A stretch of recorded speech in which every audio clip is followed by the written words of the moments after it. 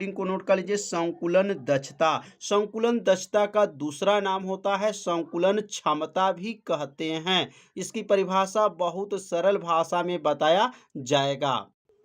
तो अब यहाँ परिभाषा लिख लेंगे। किसी परमाणु द्वारा परमाणु के द्वारा घेरे गए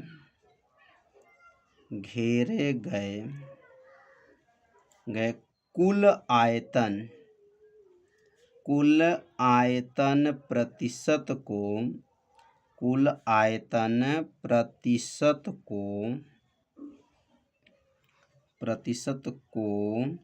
संकुलन क्षमता या दक्षता कहते हैं। संकुलन दक्षता कहते हैं। 2 लाइन की परिभाषा है, बहुत सरल भाषा है। किसी परमाणु द्वारा घेरे गए आयतन प्रतिशत, मतलब आयतन का जो है प्रतिशत जब निकाल लेंगे वही जो है क्या बन जाता है, संकुलन दक्षता कहा जाता है। अब यहाँ से इसकी परिभाषा जो बताया गया, अगर इस परिभाषा दूसरा परिभाषा भी बनाना चाहते हैं तो इसका जो है कैसे लिखेंगे, यहाँ पे इसका सूत्र लिख लेंगे। संकुलन जो है, संकुलन दक्षता का जो है सूत्र होता है बराबर हो जाएगा यहाँ पर, और लिखेंगे एक परमाणु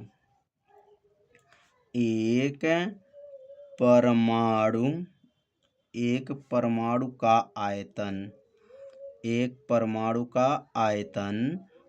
बटा हो जाएगा, पूरे का बटा होने के बाद से लिखेंगे कुल परमाणु का आयतन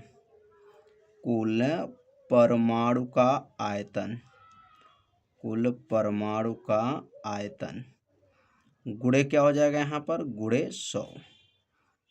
तो यहाँ पे जो है चाहे इससे भी परिभाषा बोल सकते हैं कि संकुलन दक्षता क्या होता है, तो कहेंगे एक परमाणु का आयतन और कुल परमाणु के आयतन के अनुपात को जब प्रतिशत में बदला जाता है तो उस मान को क्या कहा जाता है, संकुलन दक्षता कहा जाता है। अब यह सूत्र आपको याद रखना है, क्योंकि इसी सूत्र के सहायता से आगे सरल, फलक और अंतःघनी एक कोष्टिका का जो है संकुलन दक्षता की गणना किया जाएगा इसी फार्मूला से। तो संकुलन दक्षता का सूत्र क्या है, एक परमाणु का आयतन बटा कुल परमाणु का आयतन गुणे क्या है, 100 होता है। अब अगला जो हेडिंग जब बनेगा उसका है सरल एक कोष्टिका, SCC इसको बोला जाता है। अब उसमें संकुलन दक्षता क्या होता है निकाला जाएगा। तो पहले इस परिभाषा को और सूत्र को जो है आप सभी विद्यार्थी अपने कॉपी में क्या कीजिए, नोट कर लीजिए और इसे 2 बार पढ़िए। परिभाषा आपको क्या होगा, याद हो जाएगा। तो अब अगला हेडिंग नोट कर लेंगे। तो अब अगला हेडिंग है सरल एक कोष्टिका की संकुलन दक्षता। अब यहाँ पे सरल एक कोष्टिका की संकुलन दक्षता कैसे निकाला जाएगा, बहुत सरल भाषा में बताया जाएगा।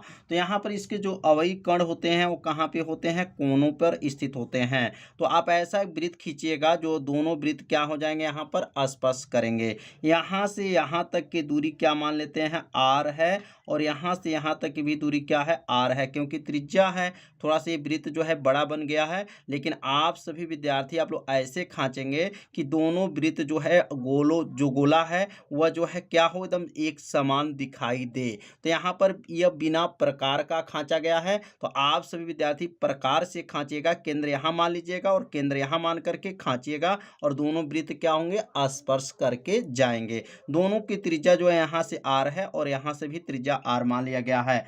अब यहाँ पे जो है संकुलन दक्षता की क्या करना है, गणना करना है। तो यहाँ पर सबसे पहले लिखेंगे कि माना गोले की त्रिज्या क्या है, r है, और कोष्टिका का जो कोर मतलब भुजा उसको बोला जाता है वो a है। तो लिख लेंगे यहाँ पर माना गोले की त्रिज्या, माना क्या लिखेंगे, गोले की, या गोले का लिख सकते हैं, त्रिज्या क्या है, तो गोले की त्रिज्या क्या है, r है, तथा लिखेंगे तथा कोष्टिका के कोण लिख देंगे यहाँ पर, तथा कोष्टिका का कोण क्या है, कोर। ध्यान देंगे, कोर माने भुजा। एक कोण होता है, एक कोर होता है। कोर माने भुजा होता है। कोण ए है तो अब यहाँ ए है तो लिख लेंगे। तो यहाँ ए किसके बराबर हो जाएगा, तो ए बराबर मतलब यहाँ से यहाँ तक टोटल दूरी ए है और ए में क्या क्या है, तो ए में आर प्लस आर है, तो यहाँ लिखेंगे आर प्लस आर। तो ए बराबर क्या बनेगा, यह हो गया 2r हो जाएगा। मतलब यहाँ से यहाँ तक को भुजा बोलेंगे और भुजा की लंबाई कितने के बराबर है, तो r और r मिलेगा तो क्या होगा, 2r हो जाएगा। और सरल एक एक कोष्टिका में जो है परमाणुओं की संख्या z बराबर क्या होता है, 1 होता है।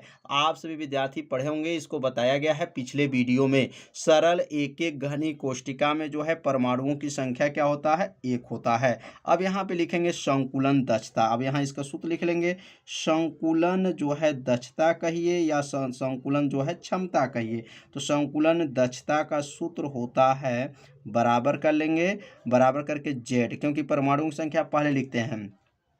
उसके बाद लिखेंगे गोले का आयतन, मतलब यहाँ पे जो लगा हुआ देख रहे हैं गोला है, तो इसलिए लिखेंगे गोले का आयतन बटा। अब पूरा क्या है, तो यहाँ पे पूरा देखेंगे क्या है, घन है, तो लिखेंगे घन का आयतन, गोले का आयतन बटा क्या हो जाएगा, यहाँ पर घन का आयतन हो जाएगा, घन का आयतन। क्योंकि अभी हम लोग संकुलन दक्षता क्या पढ़े हैं, एक परमाणु का आयतन बटा कुल परमाणु। तो एक परमाणु क्या है, गोला है, और दूसरा पूरा परमाणु क्या है, तो घन है। और गुणे क्या हो जाएगा, यहाँ पर 100 हो जाएगा। तो जेड गुणे गोले का आयतन बटा घन का आयतन गुणे क्या हो गया, 100 हो गया। जेड का मान इसमें क्या दिया गया, तो जेड का मान 1 हो गया। गोले का आयतन आप सभी विद्यार्थी जानते होंगे 1/3 पाई आर का क्यूब होता है, बटा हो जाएगा। और घन का आयतन आप सभी विद्यार्थी जानते होंगे भुजा का क्यूब होता है, और भुजा इसमें क्या माना गया है, ए माना गया है, इसलिए ए का क्यूब हो जाएगा। गुणे क्या हो जाएगा, यहाँ पे 100 हो जाएगा।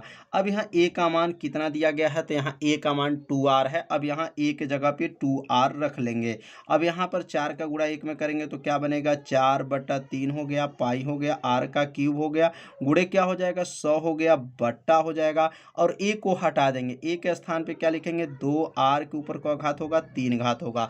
अब 2r का घन करेंगे तो 2 दूना 4, 4 दूनी क्या होगा, 8 हो जाएगा। तो अगला लाइन क्या बनेगा, तो 4/3 हो गया, पाई आर का क्यूब हो गया, गुणे क्या हो गया, 100 हो गया, बटा हो जाएगा। और यहाँ 2 का घन जब करेंगे तो क्या बनेगा, 8 हो जाएगा, 8r का क्यूब हो जाएगा। क्योंकि 2 का गुणा 3 बार किया जाएगा, 2 दूना 4 और 4 दूनी 8 होता है। अब r का क्यूब से r का क्यूब काट देंगे, और कटने के बाद से जो है अब यहाँ बचेगा क्या, तो यहाँ 4 पाई है, गुणे 100 है, और बटा में 3 है, और बटा में क्या है, 8 है। तो अब अगले लाइन लिखेंगे, तो अब अगला लाइन यहाँ लिख लेंगे, क्या बचा था, 4 बचा था, पाई बचा था, और क्या बचा था, गुणे 100 बचा था, बटा में क्या था, बटा में जो है 3 है, और गुणे क्या है, 8 है। अब यहाँ मान को रख लेंगे, तो यहाँ का लिखेंगे 4 पाई का मान होता है 3.14, गुणे क्या हो जाएगा, यहाँ पर 100 बटा हो जाएगा, और यहाँ लिखेंगे 3 गुणे जो है 8 हो जाएगा। तो यह जो है 4 पाई गुणे 100, क्योंकि आर क्यू से आर क्यू को क्या किए हैं, काट दिए हैं। काटने के बाद से जो बचा, क्या बचा था, यहाँ पर 4 पाई गुणे क्या था, 100/3 गुणे 8 बचा था। अब यहाँ 4 हो गया, और पाई का मान 3.14 हो गया, गुणे 100 हो गया, 3 गुणे 8 हो गया।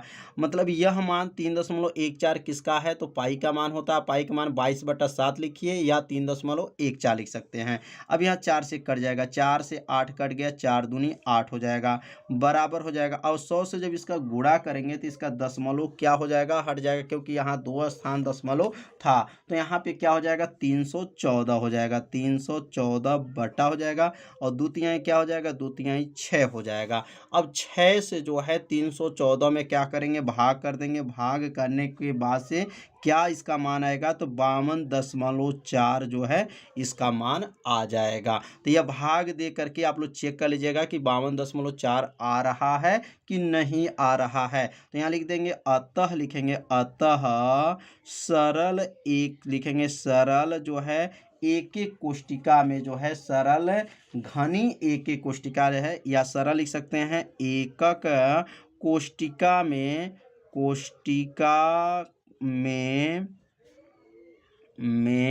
संकुलन दक्षता कितना होता है, तो संकुलन जो दक्षता होता है वह कितने % होते हैं? 52.4% होता है। तो समझ में आ गया होगा कि सरल एकक कोष्टिका के अंदर जो है दक्षता कितना है? 52.4% होता है। अब ये विकर्ण किसके बराबर है? पहले इसकी गणना करेंगे, गणना करने के बाद से तब जाकर के संकुलन दक्षता की गणना करेंगे। तो लिख लेंगे यहाँ पर, माना गोले की त्रिज्या r है, मतलब इस गोले की त्रिज्या भी r है और इस गोले की भी त्रिज्या r है और इस गोले की भी त्रिज्या क्या है? r है। तो यहाँ पर लिख लेंगे गोले की त्रिज्या क्या है? r है। वर्ग का विकर्ण, अब वर्ग का विकर्ण किसके बराबर होगा? तो यहाँ से लेकर के यहाँ तक दूरी r है और यहाँ से लेकर के यहाँ तक 2r होगा और यहाँ से लेकर के r होगा, क्योंकि ये टोटल पूरा व्यास होगा और यहाँ पर इसकी त्रिज्या होगा, मतलब यहाँ से यहाँ तक ये विकर्ण है। तो विकर्ण किसके बराबर होगा? तो इसमें r लिखेंगे यहाँ पर r प्लस ये पूरा गोला है इसलिए लिखेंगे यहाँ पर क्या? 2r प्लस पुनः जो है यहाँ पे देखेंगे आपका यहाँ पे इसकी त्रिज्या क्या ले लेंगे? इसकी त्रिज्या क्या ले लेंगे? r। तो कितना हो गया? r 2r और एक मिलकर के कितना हो गया? 4r हो जाएगा। और वर्ग का विकर्ण का सूत्र क्या होता है? तो सूत्र पढ़े होंगे आप लोग, भुजा कर्णी में क्या होता है? भुजा कर्णी में 2 होता है, बराबर हो गया और यहाँ क्या हो जाएगा? 4r हो गया। अब यहाँ लिखेंगे भुजा बराबर क्या हो जाएगा? तो भुजा बराबर हो जाएगा 4r बटा क्या हो गया? कर्णी में 2 हो जाएगा। भुजा को किससे दिखाएंगे? a से दिखाएंगे, a बराबर, अब यहाँ क्या लिखेंगे? 4r बटा क्या हो जाएगा? कर्णी में 2 है। अब यहाँ परमेकारी गुणक करेंगे, परमेकारी गुणक जो है आपसे विद्यार्थी जानते होंगे, कर्णी 2 है तो कर्णी 2 से ऊपर नीचे क्या कर देंगे? गुणा कर देंगे। अब अगला लाइन जो बनेगा, a बराबर होगा 4 का गुणा जो है कर्णी 2 में करेंगे तो क्या बनेगा? 4 कर्णी में 2 r बटा हो जाएगा और कर्णी 2 और कर्णी 2 मिलकर के क्या बनेगा? 2 हो जाएगा। अब ये 4 को जो है 2 से काट देंगे, 2 दूना 4 हो जाएगा। कितने बार में जाएगा? तो 2 बार में गया। अब ये 2 कैसे हुआ? तो कर्णी 2 मतलब कर्णी में 4 होगा और कर्णी 4 का मान क्या होता है? तो कर्णी 4 का मान 2 होता है, इसलिए यहाँ 2 लिख देंगे। 2 से 4 को काट देंगे तो क्या आ गया? a बराबर आ गया, a बराबर 2 कर्णी में 2 r आ गया। तो a का मान जो निकल गया 2 कर्णी में 2 r आ गया। अब यहाँ पर फलक केंद्री एक एक कोष्टिका में आप सभी विद्यार्थी जानते होंगे परमाणुओं की संख्या। तो z बराबर इसमें क्या होता है? फलक जो है केंद्री एक एक कोष्टिका में जो है परमाणुओं की संख्या बताया गया था, कितना होता है? तो 4 होता है। यह जो है शुरू में जो है फलक केंद्री घनी एक एक कोष्टिका से आप क्या समझते हैं, इसमें बताया गया था परमाणुओं की संख्या क्या होती है? 4 होती हैं। अब यहाँ पे जो है सूत्र लिखेंगे संकुलन दक्षता। अब यहाँ सूत्र लिख लेंगे संकुलन दक्षता। तो संकुलन दक्षता का सूत्र क्या होता है? तो यहाँ संकुलन दक्षता बराबर हो जाएगा z गुणे हो जाएगा और यहाँ लिखेंगे गोले का जो है आयतन। क्या लिखेंगे यहाँ पर? गोले का आयतन। तो गोले का जो है आयतन हो जाएगा और बटा क्या हो जाएगा? यहाँ पर बटा और यहाँ बनेगा घन का आयतन हो जाएगा। तो लिखेंगे यहाँ पर घन का आयतन। ये किसका सूत्र है? तो संकुलन दक्षता का जो है यह सूत्र है। आप सभी विद्यार्थी जानते भी हैं, पिछले वीडियो में भी बताया गया था। अब यहाँ z का मान क्या है? तो z का मान यहाँ 4 लिख देंगे। गोले का आयतन क्या होता है? तो 4/3 पाई r का क्यूब होता है, बटा हो जाएगा और घन का आयतन का सूत्र होता है 1 ऊपर 3 घात, मतलब भुजा का क्यूब होता है। अब यहाँ a का मान देखिए क्या आया? 2 कर्णी में 2 आया है, यहाँ पे रख लेंगे और 4 में 4 का गुणा करेंगे तो 4 चौको क्या बनेगा? 16 पाई r का क्यूब बटा 3 बटा और a का मान रख देंगे। a का मान क्या रखेंगे? 2 कर्णी में 2, क्या है? 2 कर्णी में 2 r है और यहाँ पे पावर क्या हो जाएगा? पावर 3 घात हो जाएगा। तो अब यहाँ पे जो है 2 कर्णी 2 जो है r का गुणा जो है कितने बार करेंगे? 3 बार करेंगे। तो यहाँ पे क्या बनेगा? यहाँ बन जाएगा 16 पाई r का क्यूब बटा हो जाएगा बटा और यहाँ 3 हो जाएगा बटा। अब यहाँ पे बटा होने के बाद से जो है अब यहाँ पे 2 का गुणा जो है 3 बार करेंगे, 2 कर्णी 2 का गुणा 3 बार जब होगा तो क्या बनेगा, तो यहाँ पर जो है 2 कर्णी 2 का गुणा, जैसे 2 दूना 4, 4 दूनी 8, 8 तो यह हो गया 8। कर्णी 2 का गुणा जब 3 बार करेंगे तो यहाँ पर कर्णी 2, कर्णी में 2 और कर्णी में 2 गुणा करेंगे तो ये 2 दूना 4, तो कर्णी 4, कर्णी 4 का मान क्या होता है 2, 2 कर्णी में 2 हो जाएगा। मतलब इसका गुणा जब 3 बार करेंगे तो क्या आएगा, 2 कर्णी में 2 आ जाएगा। तो यहाँ पे रफ में ये बताया गया है, इसको आप लोग जो है चाहे तो लिखिएगा, नहीं चाहेंगे तो इसको मत लिखिएगा। मतलब इसका गुणा 3 बार करेंगे तो कर्णी 2 तो 2 होता है और कर्णी 2 को उतार देंगे। इसका मतलब जो है यह 2 का गुणा जब 3 बार करेंगे तो 2 दूना 4, 4 दूनी 8 हो गया। और इस कर्णी 2 का गुणा जब 3 बार करेंगे तो क्या आ जाएगा, यहाँ पर 2 कर्णी में 2 हो जाएगा। और यहाँ क्या है, आर का क्यूब है। अब यहाँ पर आर का क्यूब से आर का क्यूब जो है क्या करेंगे, काट देंगे। अब काटने के बाद क्या बचेगा, अब उसको नोट कर लेंगे। तो ऊपर क्या बचा था, तो ऊपर 16 था और क्या था, पाई था, बटा में था, और नीचे 3 गुणे 8 और क्या था यहाँ पर 2 कर्णी में 2 था। तो समझ में आ रहा होगा कि 16 ऊपर में था, नीचे हर में 3 और हर में क्या था 8 गुणे 2 कर्णी में 2 था। अब यह 8 में 2 का गुणा करेंगे तो 8 दूनी क्या हो जाएगा, 16 हो जाएगा। और 16 से 16 को क्या करेंगे, काट देंगे। तो यहाँ लिखेंगे 16 पाई बटा हो जाएगा 3 गुणे 16 कर्णी में 2 हो जाएगा। अब ये 16 से 16 क्या हो गया, कट गया। कटने के बाद से यहाँ पे क्या बचेगा, और यहाँ देखिए गुणे 100 छूट रहा है क्योंकि सूत्र में 100 होता है। यहाँ पे जो है संकुलन दस्ता में 100 होता है और यहाँ पर भी जो है 100 बना लीजिए। यहाँ पर जो है सूत्र में क्या है, यहाँ गुणे 100 और यहाँ पर भी गुणे 100 और यहाँ पर भी गुणे जो है आप लोग 100 बना लीजिए क्योंकि सूत्र में जो है 100 रहता है। संकुलन दस्ता आप लोग पढ़े होंगे, यहाँ पर भी 100 होगा। तो 100 से जो है इसमें गुणा भी रहता है। तो अब यहाँ 100 से जब गुणा कर लेंगे तो अब यहाँ पर जो है क्या है, पाई का मान क्या होता है, 3.14 होता है। गुणे क्या हो जाएगा, यहाँ पर 100 हो जाएगा, बटा नीचे क्या है 3 है और कर्णी में यहाँ पे 2, कर्णी 2 का मान तो आप सभी विद्यार्थी जानते होंगे 1.41 होता है। ये किसका मान है, तो कर्णी 2 का मान है। और यह 3.14 किसका मान है, तो पाई का है। 16 से 16 कट गया है, पाई बचा है, पाई का मान 3.14 हो गया है। अब यहाँ 100 से जब अंदर गुणा कर लेंगे तो दशमलव जो है इसका क्या होगा, हट जाएगा, 314 हो जाएगा, बटा हो जाएगा। और यहाँ पे जो है 3 का गुणा 1.41 में करेंगे तो 4 जो है 23 हो जाएगा। अब यहाँ पे दशमलव कितने स्थान पर है, तो यहाँ दशमलव जो है 2 स्थान पर है। तो 2 स्थान पे है तो कितना से गुणा कर दें, 100 से अगर गुणा कर देते हैं तो ये दशमलव क्या हो जाएगा, हट जाएगा। अब यहाँ पे जो है बराबर कर लेंगे और ये 100 से जब गुणा करेंगे तो पहले 314 था, अब यहाँ 2 जीरो बढ़ जाएगा, बटा हो जाएगा 400 क्या होगा 23 हो जाएगा। अब 423 से जो है 31 जो है हजार जो है 400 में क्या कर देंगे, भाग करेंगे। तो भाग जब देंगे तो लगभग जो है कितना आ जाएगा, 74% आ जाएगा।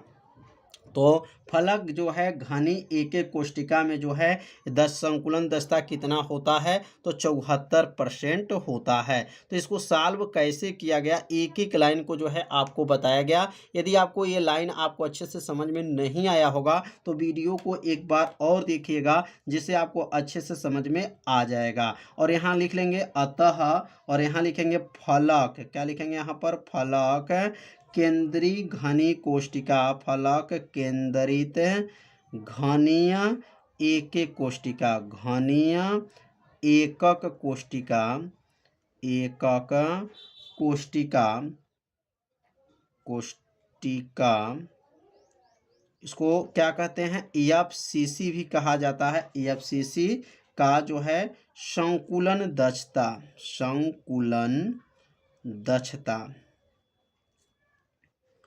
संकुलन दक्षता कितना होता है, 74% होता है, 74% होता है।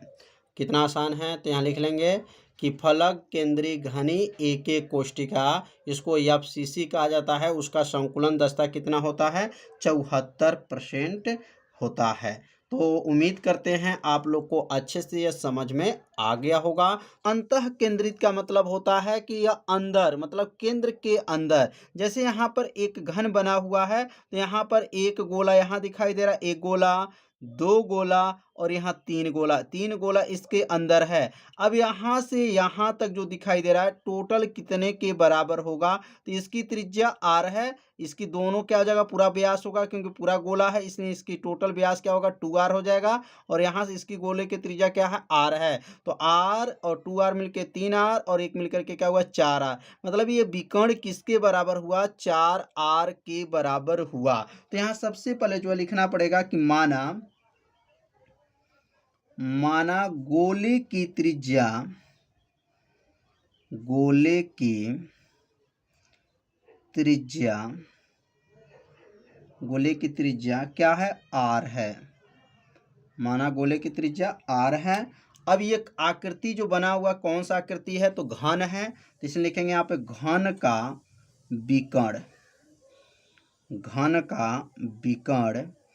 अब घन का विकर्ण कितने के बराबर करेंगे, तो यहाँ पर r है तो r होगा, और ऊपर क्या है, 2r है प्लस r है, r 2r r, ये टोटल विकर्ण किसके बराबर हुआ, तो r 2r प्लस r के बराबर हुआ। घन का विकर्ण का सूत्र क्या होता है, तो आप सभी विद्यार्थी जानते होंगे, घन का विकर्ण एक करनी में 3 होता है, और r 2r और r मिलेगा तो क्या बनेगा, 4r हो जाएगा। तो a बराबर क्या हो जाएगा, तो a बराबर 4r बटा जो है करनी में क्या होगा, 3 होगा। तो a का मान जो निकल गया 4r बटा जो है करनी में 3 जो है इसका मान निकल चुका है। अब यहाँ पे जो है आगे हम लोग लिखेंगे और यहाँ पर z का मान क्या होता है, इसमें परमाणुओं की संख्या का मान क्या होता है, तो अंतः केंद्रीय घनी कोष्ठ जो है जालक में z का मान होता है, बताया जा चुका है, z बराबर होता है 2। z का नाम क्या है, परमाणुओं की संख्या, तो इसमें z का मान जो है 2 होता है। अब यहाँ सूत्र लिख लेंगे, संकुलन दक्षता कहिए या संकुलन क्षमता कहिए, तो यहाँ लिखेंगे संकुलन दक्षता या क्षमता लिख सकते हैं। दक्षता का सूत्र क्या होता है, तो आप सभी विद्यार्थी जानते होंगे, z गुणे क्या होता है, गोले का आयतन, गोले का आयतन, गोले का आयतन बटा क्या होगा, घन का आयतन, बटा क्या हो जाएगा, बटा घन का आयतन। यह पिछले वीडियो में भी बताया गया था यह सूत्र, और इसमें भी बताया जा रहा है, तो इसलिए सूत्र को आप लोग याद कर लीजिए। क्या सूत्र होता है, z गुणे गोले का आयतन बटा घन का आयतन गुणे क्या होता है, 100 होता है। अब यहाँ मान रखेंगे, तो z का मान क्या है, तो z का मान 2 है। गोले का आयतन क्या होता है, तो 4/3 पाई r का क्यूब होता है, पूरे का बटा हो गया। घन का आयतन, घन का आयतन का सूत्र क्या होता है, a के ऊपर का घात होगा 3 घात हो जाएगा, गुणे क्या हो जाएगा, 100 हो जाएगा। मतलब a का नाम क्या है, घन का आयतन मतलब भुजा का क्यूब होता है, क्या होता है, भुजा का क्यूब होता है। बराबर कर लेंगे, 4 में 2 का गुणा करेंगे तो 4 दूनी 8 पाई r का क्यूब बटा क्या होगा, 3 गुणे क्या है, 100। अब बटा में अब a का मान को रख लेंगे, तो a का मान कितना है, तो a का मान ऊपर देख सकते हैं 4r बटा करनी में 3 है, तो a के स्थान पे क्या लिखेंगे, 4r बटा करनी में 3, 4r बटा करनी में 3 के ऊपर का घात हो जाएगा, 3 घात हो जाएगा। तो यह मान जो है किसका रखा गया है, तो a का मान रखा गया है। अब 4 का गुणा जो है 3 बार करेंगे, और कर्ण 3 का गुणा जब 3 बार करेंगे तो क्या आएगा यहाँ पर, तो यहाँ पे आ जाएगा 8 पाई r का क्यूब पूरे का बटा हो जाएगा, और यहाँ बटा में क्या है, 3 है तो 3 लिख लेंगे, गुणे और 4 4 चौको 16, 16 चौको 64, 64 क्या हो जाएगा यहाँ पर, r का क्यूब हो जाएगा, बटा में यहाँ पर करनी 3 का गुणा 3 बार करेंगे तो करनी 3 मिलकर के 3 होता है, पुनः 3 करनी में 3 हो जाएगा, क्या होगा, 3 करनी में 3 हो जाएगा। इसका गुणा जब 3 बार करेंगे तो क्या आएगा, 3 करनी में 3 आ जाएगा, और गुणे क्या हो गया यहाँ पर, 100 हो गया। तो 4 का जो है 4 चौको 16, 16 चौको 64, यहाँ 64 लिखेंगे, ध्यान दीजिएगा 64 होगा, क्या होगा, 64, 16 चौको 64, 4 चौको 16, 16 चौको 64 हो जाएगा। अब यहाँ पे जो है क्या कटेगा, अब r का क्यूब से r का क्यूब को क्या करेंगे, काट देंगे। और ये 3 कर्णी 3 कैसे है, कर्णी 3 का गुणा जब 3 बार करेंगे तो यहाँ लिख देंगे कर्णी 3 और कर्णी में 3, तो 3 त्रिकी 9, कर्णी 9, कर्णी 9 का मान क्या होता है, तो 3 कर्णी में 3 हो जाएगा। तो यहाँ पे जो है आप चाहे तो इसको गुणा करके मान निकालेंगे, कर्णी 3 का गुणा 3 बार किया गया तो 3 कर्णी में 3 आया हुआ है। अब यहाँ पे जो है किसको काट देंगे, यहाँ आर क्यू से आर का क्यूब को काट दीजिए, आर क्यू से आर क्यू कट गया। और यहाँ से जो है 3 से 3 को काट दीजिए। अब ये कर्णी 3 जो है ऊपर चला जाएगा, किसके पास जाएगा, तो 8 पाई कर्णी में 3 गुणे 100 बटा और नीचे क्या आ जाएगा 64, नीचे क्या बचेगा 64 बचेगा। और यहाँ पे 3 से 3 तो कट ही गया है। अब यहाँ 64 को 8 से काट देंगे, 8 अठाई 64, 8 बार में यह कट गया। अब बचेगा क्या, तो बचेगा क्या यहाँ पर, तो बचेगा यहाँ पर कर्णी में 3 गुणे क्या बचेगा, यहाँ पर 100 बचेगा। तो अब यहाँ पे जो है पाई है, तो पाई का पहले मान रख लेंगे। पाई का मान तो आप लोग जानते हैं 3.14 होता है। और कर्णी 3 का भी मान होता है 1.73 होता है, आप लोग पढ़े होंगे। यह पाई का मान 3.14 हो गया, कर्णी 3 का मान 1.73 हो गया। गुणे क्या हो जाएगा, यहाँ पर गुणे 100 हो गया, पूरे का बट्टा हो जाएगा और नीचे क्या हो जाएगा 8 हो जाएगा। तो अब यहाँ पर जो है 100 से जो है गुणा कर लेंगे, 100 से अंदर गुणा होगा तो इसका दशमलव क्या हो जाएगा, हट जाएगा, क्योंकि 2 स्थान दशमलव है तो इसका दशमलव हट जाएगा। और इसका गुणा कर लेंगे, गुणा करने पर कितना आएगा। तो ऊपर जो बताया गया नियम आप लोग को अच्छे से समझ में आ रहा होगा। मान भरना जो है आप लोग अच्छे से सीख लीजिए, कौन कहाँ पे क्या मान रखा गया है। यहाँ पे जो बटा दिखाई दे रहा है थोड़ा सा एक बार देख लीजिए, यह बटा 3 है, तो यहाँ यह मान इसके पास पहुँचा दिया गया। यह मान जो है मतलब यह मान जो है बटा में भी है, बटा में भी था, इसलिए यहाँ पे 3 गुणे 64 लिखा गया है। तो यहाँ मत जो है ध्यान दीजिए क्या किया गया है। तो एक एक लाइन को जो है अच्छे से समझिए, जहाँ नहीं समझ में आ रहा वहाँ तुरंत कमेंट जरूर कीजिए। अब 100 से जब गुणा करेंगे तो इसका दशमलव क्या हो जाएगा, हट जाएगा। तो अब यहाँ लिख लेंगे, बराबर कर लेंगे। और क्या था 3.14 था और अब 100 या 73 हो जाएगा, क्योंकि 100 से दशमलव को हटा देंगे। बटा में क्या हो जाएगा, बटा में 8 हो जाएगा। अब इसका जब इसमें गुणा कर लेंगे तो इसका जब गुणा करेंगे तो गुणा करने पाएगा 543.22 आ जाएगा, बटा क्या हो जाएगा 8 हो जाएगा। 8 से जब इसमें भाग कर देंगे तो 8 से जब भाग करेंगे तो आएगा 67 दशमलव जो है, तो 67 जो है 9 आ जाएगा। लगभग इसको लिख सकते हैं 68% जो है आ गया। तो अंतः केंद्रीय एक एक कोष्टिका का संकुलन दस्ता कितना होता है, 68% होता है। तो यहाँ लिख देंगे अतः अंतः केंद्रित एकक कोष्टिका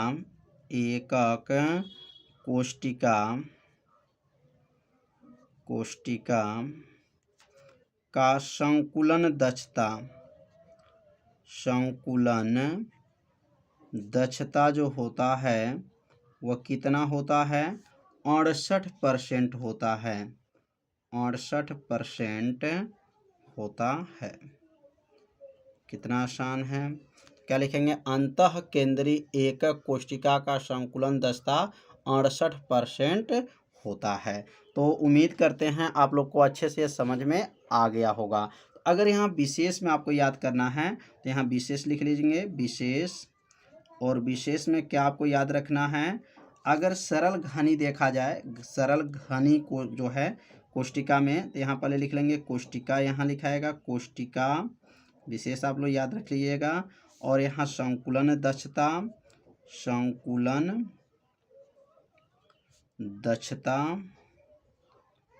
और यहाँ लिख लेंगे A, R में संबंध, A, R में क्या है, संबंध। और यहाँ लिख देंगे Z बराबर जो है Z है। अब अगर यहाँ कोष्टिका में पहला कोष्टिका अगर देखा जाए तो सरल घनी कोष्टिका अगर देखते हैं तो सरल घनी कोष्टिका भी पढ़ाया गया है, इसका निगमन भी किया गया है। सरल घनी में तो संकुलन दस्ता कितना होता है, तो 52.4% होता है, यह भी सिद्ध किया गया है। और ए बराबर क्या लिया गया था उसमें, तो 2a लिया गया था। और जेड बराबर परमाणुओं की संख्या क्या होता है, 1 होता है। आप सभी विद्यार्थी जानते होंगे, इसका निगमन भी करके बताया गया था। अब अंतः केंद्रित, तो अंतः जो है केंद्रित में जो है कोष्टिका में कितना होता है संकुलन दस्ता, तो आज ही गणना किया गया है कितना परसेंट होता है, तो 68% होता है। और ए किसके बराबर होता है, तो ए बराबर 4r बटा करनी में क्या होता है, 3 होता है। इसमें परमाणुओं की संख्या क्या होता है, 2 होता है। तो अंतः केंद्रित जो है घनी कोष्टिका में जो है संकुलन दस्ता 68%, और ये ए के स्थान पे क्या रखा जाता है, 4r बटा करनी में 3, और जेड बराबर क्या होता है, 2 होता है। अगला जो हम लोग पढ़े हैं फलक पढ़े हैं, यह भी कल बताया गया था। फलक केंद्रित कोष्टिका, तो फलक केंद्रित कोष्टिका में अगर संकुलन दस्ता देखा जाए तो कितना परसेंट होता है, तो यह 74% होता है। और ए किसके बराबर था, तो ए बराबर जो है 2 करनी में 2 आर के बराबर था। और इसमें जेड वर्ग का मान क्या होता है, 4 होता है। तो यह जो है विशेष मान में आपको याद रखेंगे, क्योंकि यह बहुविकल्पी में कई बार पूछा जा चुका है कि सरल घनी में संकुलन दस्ता कितना होता है, तो 52.4 होता है। और अंतः केंद्रित में 68 होता है, और फलक केंद्रित में 74% होता है। और इसमें ध्यान देंगे ए किसके बराबर होता है, तो 2r, ए बराबर 4r बटा कर्णिम 3, और ए बराबर 2 कर्णिम 2r होता है। सरल घनी में परमाणुओं की संख्या क्या होता है, तो 1 होता है। और अंतः केंद्रित में परमाणुओं की संख्या 2 होता है, और फलक केंद्रित में परमाणुओं की संख्या 4 होता है। तो यह जो है विशेष में आप लोग याद रखिएगा, क्योंकि यह बहुत ही महत्वपूर्ण